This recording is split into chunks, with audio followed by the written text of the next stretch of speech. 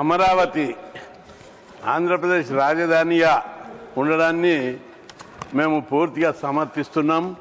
అయితే ఈ విషయం లోపల ప్రభుత్వం తీసుకున్న నిర్ణయం అటు ప్రజల లోపల అన్ని పార్టీల లోపల పాజిటివ్గా ప్రజల అభిప్రాయాలను ప్రజల అభివృద్ధిని దృష్టిలో పెట్టుకొని ఆలోచించవలసిన సమయం ఉంది. దీన్ని రాజకీయ కోణంలో చూడకుండా ప్రజలందరికీ ఈ ప్లేస్ అమరావతి ఒకప్పుడు ఉమ్మడి రాష్ట్రంలో కూడా విజయవాడ సెకండ్ రాజధాని అనేవాళ్ళు, గుంటూరు రాజకీయ రాజధాని అనేవాళ్ళు. అట్లాంటి పరిస్థితుల్లో అందరికీ రాష్ట్రానికి మధ్యలో ఉన్నందున దీనిని అమరావతిని రాజధానిగా చేయడం మొత్తం ఆంధ్రప్రదేశ్ ప్రజలందరికీ ఆమోదయోగ్యంగా ఉంటుంది. అన్ని రంగాల లోపల రాకపోకలకు కానీ, పాలన సౌలభ్యం కానీ, ప్రభుత్వ అభివృద్ధి సంక్షేమ కార్యక్రమాలకు కానీ, అసెంబ్లీకి కానీ అందరికీ అభివృద్ధి ఉంటుంది. ఈ అన్ని అంశాలను దృష్టిలో పెట్టుకొని ప్రధానమంత్రి నరేంద్ర మోడీ శంకుస్థాపన చేశారు. దీన్ని అందరూ అన్ని వర్గాల ప్రజలు దాన్ని ఆమోదిస్తున్నారు. కాబట్టి ఈ బిల్లును పూర్తిగా సమర్థిస్తున్నాం. రెండవది, ఆంధ్రప్రదేశ్ అభివృద్ధి పట్ల నరేంద్ర మోడీ గారు చాలా స్టెప్స్ తీసుకుంటున్నాడు. ఒకవైపు విశాఖపట్నం ఇప్పటికే 3-4 సార్లు పోయాడు. దాన్ని ఒక హబ్గా, కంప్యూటర్ హబ్గా, విజ్ఞాన ఖనిగా మార్చడానికి దాన్ని ఒక పెద్ద ఎత్తున అక్కడ లక్షల కోట్ల రూపాయలు, వేల కోట్ల రూపాయలు తెచ్చి ఆ ప్రాంతాన్ని అభివృద్ధి చేయాలని అనేక కార్పొరేట్ సంస్థలను అక్కడ ఆహ్వానిస్తున్నాడు. అదేవిధంగా విజయవాడ ప్రాంతంలో కూడా ఈ ప్రాంతం అభివృద్ధి చెందాలని చెప్పి ఆహ్వానిస్తుడు. అమరావతి వేదభూమి, అమరావతి ఓ గొప్ప తాత్విక భూమి, ఆధ్యాత్మిక క్షేత్రం. అది అక్కడ బౌద్ధము, శైవము, వైష్ణవము అలరాడినటువంటి తపోభూమి. అట్లాంటి పవిత్ర భూమిలో రాజధాని తప్పనిసరి వర్ధిల్లుతుంది. అక్కడి ప్రజలకు, ఆంధ్రప్రదేశ్ ప్రజలందరికీ కూడా సుభిక్షంగా అది ఉపయోగపడుతుంది. అందరికీ ఆమోదయోగ్యం కూడా. అట్లాంటి దాన్ని మనం అందరం కూడా పూర్తిగా సమర్థించవలసిన అవసరం ఉంది. పైగా ఆ ప్రాంతాన్ని అభివృద్ధి చేయడానికి ప్రభుత్వం ఇప్పటికే నరేంద్ర మోడీ గారి ప్రభుత్వం చాలా డబ్బులు రైల్వే కనెక్షన్కి కానీ, మున్సిపల్ యాక్టివిటీస్కి కానీ, పట్టణాభివృద్ధికి కానీ చాలా వివిధ రకాలుగా కేంద్ర ప్రభుత్వం ద్వారా, మళ్ళీ ఆసియన్ బ్యాంకు, వరల్డ్ బ్యాంకు ద్వారా రకరకాల రూపంలో పెద్ద మొత్తంలో ఇచ్చి దీన్ని ఒక ప్రపంచ స్థాయి నగరంగా హైదరాబాద్ను చంద్రబాబు ఎట్లయితే అభివృద్ధి చేసిండో అదేవిధంగా ప్రపంచ స్థాయి నగరంగా ఎన్డీఏ ప్రభుత్వం అమరావతిని అభివృద్ధి చేస్తుందని, అభివృద్ధి చేయాలనే తలంపు ప్రధానమంత్రికి ఉంది. ఆ దిశగా చాలా చర్యలు తీసుకుంటుడు. తప్పనిసరి బలహీన వర్గాలకు కూడా అది చాలా ఉపయోగపడుతుంది. ఆ ప్రాంతంలో అంతా బీసీ, ఎస్సీ, ఎస్టీలు ఉన్నారు. ఆ ప్రజలకు అక్కడ భూముల ధరలు పెరిగి మరి చదువు కోసం, ఇతర అవసరాల కోసం ఆ ప్రాంతం చాలా ఉపయోగపడే రీతిగా ఉంటుంది. తప్పనిసరిగా ఆ ప్రాంతంలో ఇంకా అభివృద్ధి చేయడానికి ప్రభుత్వం, కేంద్ర ప్రభుత్వం, రాష్ట్ర ప్రభుత్వం డబుల్ ఇంజన్ ప్రభుత్వం కాబట్టి అభివృద్ధి కోసం వాళ్ళు చాలా చర్యలు తీసుకోగలుగుతారని చెప్పి మేము భావిస్తున్నాం.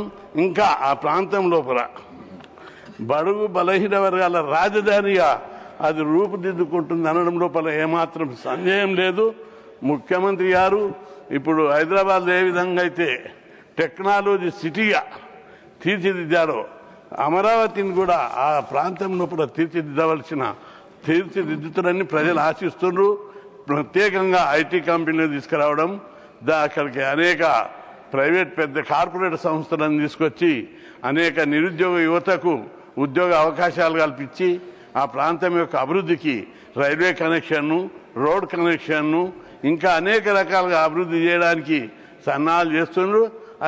అది అనుకూలమైనటువంటి స్థలం కాబట్టి దాన్ని రాజకీయాలకు అతీతంగా అందరికీ ఆమోదయోగ్యమైన అనుకూలమైనటువంటి ప్రాంతం.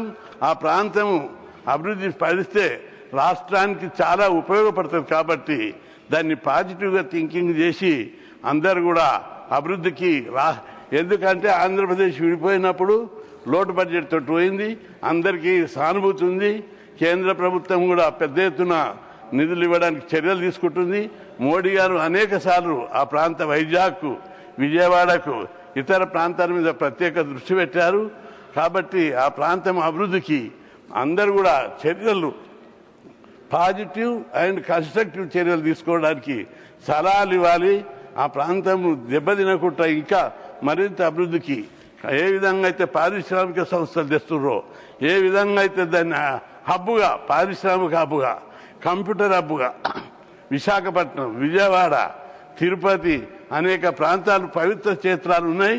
ఈ ప్రాంతాన్ని అభివృద్ధి చేయడానికి మోడీ గారు ప్రత్యేక చర్యలు తీసుకుంటున్నారు. మన ప్రియతమ ప్రధానమంత్రి నరేంద్ర మోడీని రాజకీయ కోణంలో చూడొద్దు.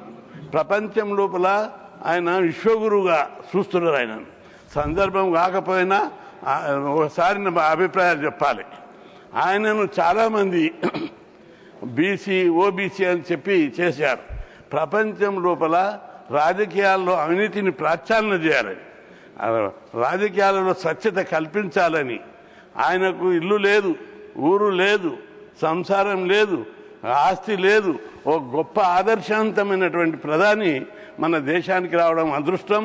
ఆ కోణంలో చూసి అందరం భారతదేశాన్ని అగ్రదేశంగా, అభివృద్ధి చెందే దేశంగా కావడానికి పోరాడాలి తప్ప రాజకీయ కోణం ఇప్పటికే మనకు అగ్రదేశంగా రూపొందడానికి చాలా ఆలస్యమైంది. ఇంకా దీన్ని మనం రాజకీయ కోణంలో చూసి ప్రతివిమర్శలు చేసి డెవలప్మెంట్ కాదు. ఈ దేశంలో ఇంకా దాదాపు 50% ప్రజలు పేదరికంలో ఉన్నారు. మెయిన్గా ఎస్సీ, ఎస్టీ, బీసీ వర్గాలు చదువుకు, విద్యకు, ఉద్యోగానికి, ఉపాధికి దూరంగా ఉన్నారు. ఒకసారి స్వామి వివేకానందుడే ఆకలి లేని దేశంగా, అజ్ఞానం లేని దేశంగా భారతదేశాన్ని అగ్రదేశంగా రూపుదిద్దాలని కలలు కన్న అనేక మంది మహానుభావులు ఈ దేశంలో పిట్టి పెరిగారు. అట్లాంటి దేశంగా భారతదేశాన్ని ప్రపంచంలోనే గుర్తింపు పొందేటటువంటి విధంగా రూపుదిద్దుకోవడానికి మనం పాటుపడాలి. ఆ దిశగా నరేంద్ర మోడీ ప్రభుత్వం కృషి చేస్తుంది. రాజకీయాల్లో అవినీతి లేని రాజకీయాలుగా తీర్చిదిద్దడానికి అనేక చర్యలు తీసుకుంటుంది. ఇప్పటికే అనేక రాష్ట్రాలకు ముఖ్యమంత్రులు ఇచ్చిన వాళ్ళను క్లీన్ ఇమేజ్, ఎలాంటి మరకలేని వాళ్ళను ముఖ్యమంత్రులుగా పెడుతూ ఎగ్జాంపుల్గా నిలిచారు. రాజకీయంగా కొంత ఎదురు సమస్యలు ఉన్నా, అనేక అవాంతరాలు ఎదురవుతున్నా రాజకీయాలను ప్రక్షాళన చేయాలి అనే దృఢ నిశ్చయంతో ముందుకు సాగుతున్నాడు. కాబట్టి ఆ దిశగా ఆంధ్రప్రదేశ్ మీద కూడా ప్రత్యేక దృష్టి పెడుతున్నాడు. మనం అందరం దాన్ని ఆహ్వానించి రాష్ట్ర అభివృద్ధికి, రాష్ట్రాన్ని సర్వతోముఖ అభివృద్ధికి, అక్కడ యువత చాలామంది చదువుకునే వాళ్ళు ఇప్పుడు దేశంలోని ఏ రాష్ట్రంలో లేని విధంగా 2 తెలుగు రాష్ట్రాల్లో చదువుకునే వారి ఉన్నత విద్యావంతుల సంఖ్య విపరీతంగా పెరిగింది. అనేక పోరాటాలు చేసి అక్కడ హాస్టల్ పెట్టించడం, గురుకులాలు పెట్టించడం, అదేవిధంగా ఫుల్ ఫీజు రియంబర్స్మెంట్ పెట్టించడం. దాని మూలంగా ఓ గుడిసెల పుట్టినలు కూడా ఉన్నత విద్య చదువుకుంటారు. ఈరోజు 2 తెలుగు రాష్ట్రాలల్లో లేబర్ కూడా దొరుకుతలేరు. రోడ్ లేచే దగ్గర, అపార్ట్మెంట్ కట్టే దగ్గర అనేక చోట్ల లేబర్ దొరుకుతలేరు. అట్లా లేబర్ దొరకనటువంటి రాష్ట్రంగా 2 తెలుగు రాష్ట్రాలు డెవలప్ అవుతున్నాయి చదువు లోపల. కాబట్టి ఆ రాష్ట్రాన్ని దేశంలోనే ఆదర్శవంతంగా రాష్ట్రంగా రూపుదిద్దడానికి అనేక చర్యలు గత ప్రభుత్వాలు తీసుకున్నాయి. కాబట్టి అక్కడ అనేక పోరాటాలు బలహీన వర్గాలలో జరుగుతుంది. ఆ విషయాన్ని గ్రహించి ప్రధానమంత్రి గారు ప్రత్యక్షంగా దేశంలోని అన్ని ప్రాంతాల లోపల బలహీన వర్గాలు చదువుకోవాలి. చదువు ద్వారానే పేద ప్రజలు అభివృద్ధి చెందుతారు. చదువు ఒక్కటే ఈ భారతదేశాన్ని సమర్థవంతమైనటువంటి గొప్ప వికసిత్ భారత్గా తీర్చిదిద్దుతుందని కేంద్ర ప్రభుత్వం కూడా అనేక చర్యలు తీసుకుంటుంది.